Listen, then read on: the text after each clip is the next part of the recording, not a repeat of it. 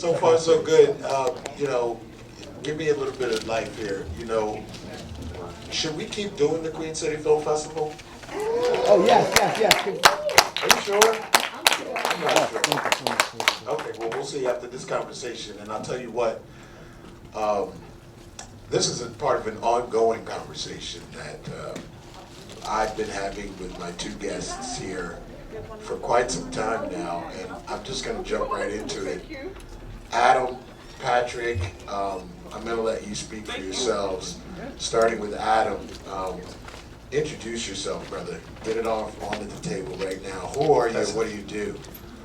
How you doing? So, Adam Wiesen, writer and producer. Both Patrick and I were writing and production partners. We're currently on CBS's East New York as supervising producers. Previous to that, we were the executive producers, head writers, and showrunners for the third season of Tales, which was on BET this past summer, still available online. Before that, we were both staff writers on the show. Yeah, that about sums it up on our side. Well, Patrick Coker, I'm the black version of Adam Wiesen. and he means that. So we're up here, and everyone went on break, and you guys are literally nonstop. You're on all the time. For those of the people in the audience who don't know what a showrunner is, let's start with that basic definition, and then we'll get into more complex fare. Oh, wow. Showrunner. Showrunner basically does what the title says. He or she runs the show. They make all the major decisions about character arcs, about season arcs and episode arcs. They do the hiring of the cast, the guest stars, and all those sorts of things. And they're also in charge of a lot of the day-to-day middle management tasks. They're in charge of payroll, in charge of the budget, scheduling, all those sort of things. and I mean, and even after the episodes are done, you're reviewing episodes, you're reviewing cuts of the episodes. You're in discussions with the directors, to a lesser extent the producers. You're definitely talking to the network to see what they're happy with, what you're happy with. You know, it's like you're literally sitting at the crossroads between the creative, the production, and the business side of whatever program you're working on. And so the title is executive producer, which puts you at the top of a certain food chain, but what you're literally doing is serving as the crossroads for all these different groups that are trying to make a product. Which means that a lot of your job is negotiation.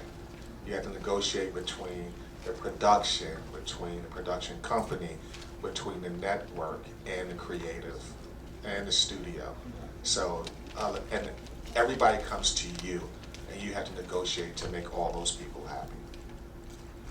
So in that vein, something that we've been talking about between the two of us is, and something that we keep trying to communicate to creators is that for better or worse, we all come up when we have this idea, right? And we think that if we are just the most talented version of ourselves, whether it's as a director, as a writer, as a photographer, that's all you need. That really, like, if you're just the best you are at your job, that's all you gotta do. If you are the dopest writer that ever came out of any of the schools you've been to, and people have said, my God, you're a genius, that's it, you're the pinnacle, you will be a slam dunk. What we have had to learn the hard way, because we came into this industry later in life, is 95% of what you do is people work. Soft skills. Is talking to people, coordinating with people, compromising your vision, coming to a common ground, figuring out what's realistic to get on the screen, how does a budget work. And if you can't talk to people, if you can't sit in a room with other writers or across from a producer or a director and communicate effectively and be charming and smile and tamp down on your first urge to choke the living shit out of someone when they say something sideways, Which is an everyday occurrence. an everyday occurrence, then it can't happen. It's be dope, be amazing, be the best you can be, but also understand that if you can't communicate with people, if you can't exert that sort of self-control when you're in an environment and someone's telling you I love your idea, but can we do it at half the budget you're thinking? And can we include a midget dance number? Like, it becomes an order of magnitude harder to execute your vision and get to that next step. And that was really hard for us. Yeah, and the midget dance number is something Adam always wants in every episode. It is my dream, and I will get it one day. Just give me time. But the thing about it is, you're sitting across from people who can change your life if they green light your script, they green light your show. And as dope as you are, there are 10,000 other people just as dope. And they're looking at you and they're saying, why should I change your life? Why do I like you enough to give you $100 million to make your show? So in that vein, what we often also tell people from like New York, New Jersey, is that it is very difficult for us to be in this industry because by its very nature, the language that people communicate in is not very straightforward. Coded as fuck. As fuck. And it is very difficult when you come from like New York, Jersey, to like have these conversations where people dance around the subject and you're literally like, just tell me what you want. Like, tell me the idea you want. Tell me what's on your mind. It isn't a straightforward conversation most of the time, and there's a lot of smiling and a lot of handshaking. And that is an unfortunate major component of this industry if you get into it, if you really get into it. Right, and like Adam has worked, before we got into this, he did a lot of corporate work. I have a blue collar background. So Adam is more suited for this because when you're blue collar, you're a straight shooter. You know, like the job that I did, I worked for Wiesen as an outside tech. So we were always in conditions where you couldn't take the time to say, excuse me, you may want to move because that telephone pole is about to fall on you. You said, motherfucker, move. And nobody took offense to it. They knew if you were talking to them like that they needed to move because it was a life or death situation. Wherein in corporate America and in the business that we're in, you wouldn't say, you say, excuse me, can I get your attention for a minute? Like there's a pole falling that you might want to get out of the way. And in the meantime, they're crushed. But that's how you have to do it. Yeah, there's a lot of the language of the entertainment industry is such that it's a lot of very sort of like action words and learning a vocabulary in a language that is very like particular to that. Like if you're in a writer's room with other writers, people don't say that's a horrible idea and I don't even know why you bothered saying that. They'll say, you know what I'm really bumping on is the notion of whatever you just said. And it's a very nice way of basically saying, that was dumb, let's move on. But there's a learning curve, and until you're like really in it, it's very difficult to imagine that. Because like I said, if you come up around like any place real, like there's this notion of like, that's really dumb, let's not do that. Let's not even waste time discussing it. Let's just skip on to the next thing. So that's what we're leading with. So wow. So there you go. I hope we didn't just burst anybody's bubble. Kaboom! Yeah. The first 5 minutes of the conversation, and we are off to the races. You said so much. I mean, almost too much. But one of the things that I picked up on was the idea of compromise and collaboration. I often say that filmmaking and television production is a collaborative art form. Talk to me about putting those two things together, compromise and collaboration. Yeah. Okay, so we're gonna give you two sides of this. So I'm not a director. I'm right, and I've learned to produce, but Patrick really comes from a practical sort of directing and production background, more so than I do. So I came into this with the big like illusion that, like I said, if you have a dope idea and have written something so smart that like no one can deny it, then of course it's gonna get made and no one's gonna touch your script, and like what you put on the page is like scripture. That is absolutely inaccurate. And he kept warning me, like, listen, there's a little thing called a production budget. And you may have imagined that car's gonna do a triple flip and then the guy flies out and lands on all fours like Black Panther, but that's not, we got a $3,000 budget, there's not even a car. So let's rethink what's on the page. And once you get in the world of actual production and you're dealing with a network and you're dealing with a line producer who's the person in charge of your money, you realize that what you have on the page is a starting point, and it's the part of, and then it becomes less a matter of this genius little baby that you created, and much more an ongoing dialogue that you have to have with people who are helping you execute what you want. And that was true when we were on BET and when we were in charge of all of it, which is to say, we had a real say in terms of like what the budget is, who's writing it, who's getting cast. We're in a different position on a network show, and our horizons have been pinched a little bit further because now you have another layer of bureaucracy you have to deal with to make those ideas happen. Yeah, and when you start having the meetings, there's so many meetings that you have to have with every department head where you say, let's say you take props. You've written a script and you're not even thinking about props, and the prop master will come and say, well, we have 15 background extras who are in school. So they need to have school bags, they need to have school books, they need to have IDs, and this is all things that need to be paid for.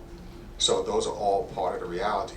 Then you have you might have somebody in the camera department who says, yeah, for this shot, we need some kind of dolly that's gonna cost us that we don't have in our possession, so it's gonna cost us another $15,000 for the day, because you want this shot. Or somebody might say, we need a drone shot for this. A drone operator is like, what was it, like $7,500 for the day? And then you gotta get insurance. Well, you gotta get insurance. So these are all things that you don't think about when you're writing this grand script. And then as you're having these department meetings, you get chopped down and brought down to reality. And one of the things I was gonna say is, it's funny because once the network okays your script, you have what's called a production draft. And by draft, they mean that this is the first of many to come. That is going to continue changing. Every time you have a meeting with department head, it's going to change. Every time you have to chop something down or add something, it's going to change. So you might have, what's the color? So it'll start as a white draft, and then a little pink draft, and then a yellow draft, and then a green draft. And then if you get as far as Buffalo, it means you have now broken the sound barrier. Yeah. Like it is, And we've had scripts that have went to double green. which basically means you have now done something on the order of 9 drafts of a script That has been okay. and is in production. Yeah. Which means they are shooting it and you are still making changes. Yeah. So in that vein, I'll give you some idea of the process that happens on a network TV show. So right now we're on CBS. So, support us Sunday nights 9 o'clock, East New York. So Yeah. how it goes is this: you will be in a room with other writers. Okay, so a writer's room will be other writers. Those writers will have various ranks. Right now we're supervising producers. That sounds really great. It basically doesn't necessarily work as a job description. It's a rank, like captain or lieutenant. Okay, there are writers below us. There's writers above us. Everybody gets in a room and they start pitching ideas. What do we want to happen in the A story, which is the big story? What do you want to happen in the B story, which is the second smaller story? What do you want to happen in the C story, which is the tiniest story? We'll go back and forth, we'll pitch ideas, some will be good, some will be bad. A lot will be bad. A lot will be A lot bad. will be bad. Nobody wants a dance number the way I want a dance number, so it doesn't happen. But you get the ideas up. People say, let's start fleshing these ideas out. You'll get as far as having a fleshed out episode, which is called breaking the episode. And then what will happen after that is The showrunner will come in and say, I don't like any of it. and you will have to start from scratch. So the last 4 days that you and 4 to 8 other people have spent really thinking on this didn't matter. And now you got to start from scratch, and now you've only got 2 days to do it. Yeah. After that, you have to take that idea, take it to the production company, No, first you have to put down a story area. which is a treatment, which is basically like a 2 to 5 page sort of like, This is what we want to do. this is what we want to do. You take that, you take it to the production company. The production company will say, we want these changes. You make those changes. Then they will take it to the network. And the network, in this case CBS, will say, we like it, let's have a meeting to discuss the changes we want to make, which are called notes. They will give you a number of notes. Then you will Pages just- of notes. Pages of notes. So suddenly now the idea that you and 8 other people came up with has now gone through 4 different iterations before you even get to write the first page of dialogue. And No. You skip the outline. the outline phase. The outline phase comes after story area. Outline is the scene-by-scene breakdown of the story. With no dialogue. No except for dialogue. important dialogue. That will then get looked at by those same people, and they will give you more notes on that. Now you're running out of time because you technically only have about a week to generate a full script. You get those notes from the network, take it back, you write a script, then it goes to the department heads, and that's when it starts to mutate on production set. Oh, no, you skip. After you write the script, Right. then you have to go back to the production and the network, and they have to okay it. Then it goes to the department heads. The trauma is so real, I've just blocked entire parts of my life out of this. It's crazy. So and all of this will happen within, ideally, 4 to 3 weeks, but it can happen in as little as 3 to 4 days. Yeah. There have been drafts of scripts of shows that you guys have all seen that are being written like 1 act at a time and shot as the pages come in.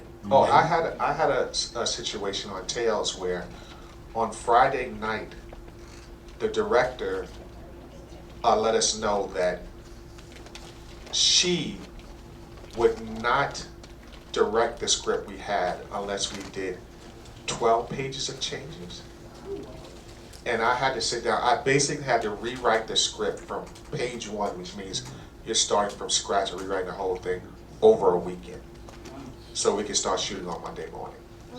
So the idea that you're collaborating and cooperating is of key importance because you'll notice how many stages that went through, how many people are involved, and how many different people are looking at your page and telling you, these are the changes that I want. And you can push back a little bit and say, I don't agree with those changes, but you push back too hard, they're gonna be like, you're uncooperative, you can leave now. Yeah. So there really is, like I said, a certain degree of restraint that isn't really taught up front. Everybody is told, just be amazing. All you gotta do is be amazing. And you can't tell anybody, fuck you. Yeah, that doesn't go over as well with network executives as you Yeah, might it think. doesn't. It doesn't. But at the end of the day, that's the emphasis that you gotta remember is be dope, but also work on your soft skills. Yeah, soft skills. I say this all the time. There are 200,000 writers out there that are better than me, but they just don't have the soft skills. That's a major thing. Having people like you, because if you're doing a TV show, these people you're in a writer's room with, you're gonna be in a writer's room with them every day from 4 to 8 hours. They have to want to be around you. They have to think you're interesting. They have to think you're nice.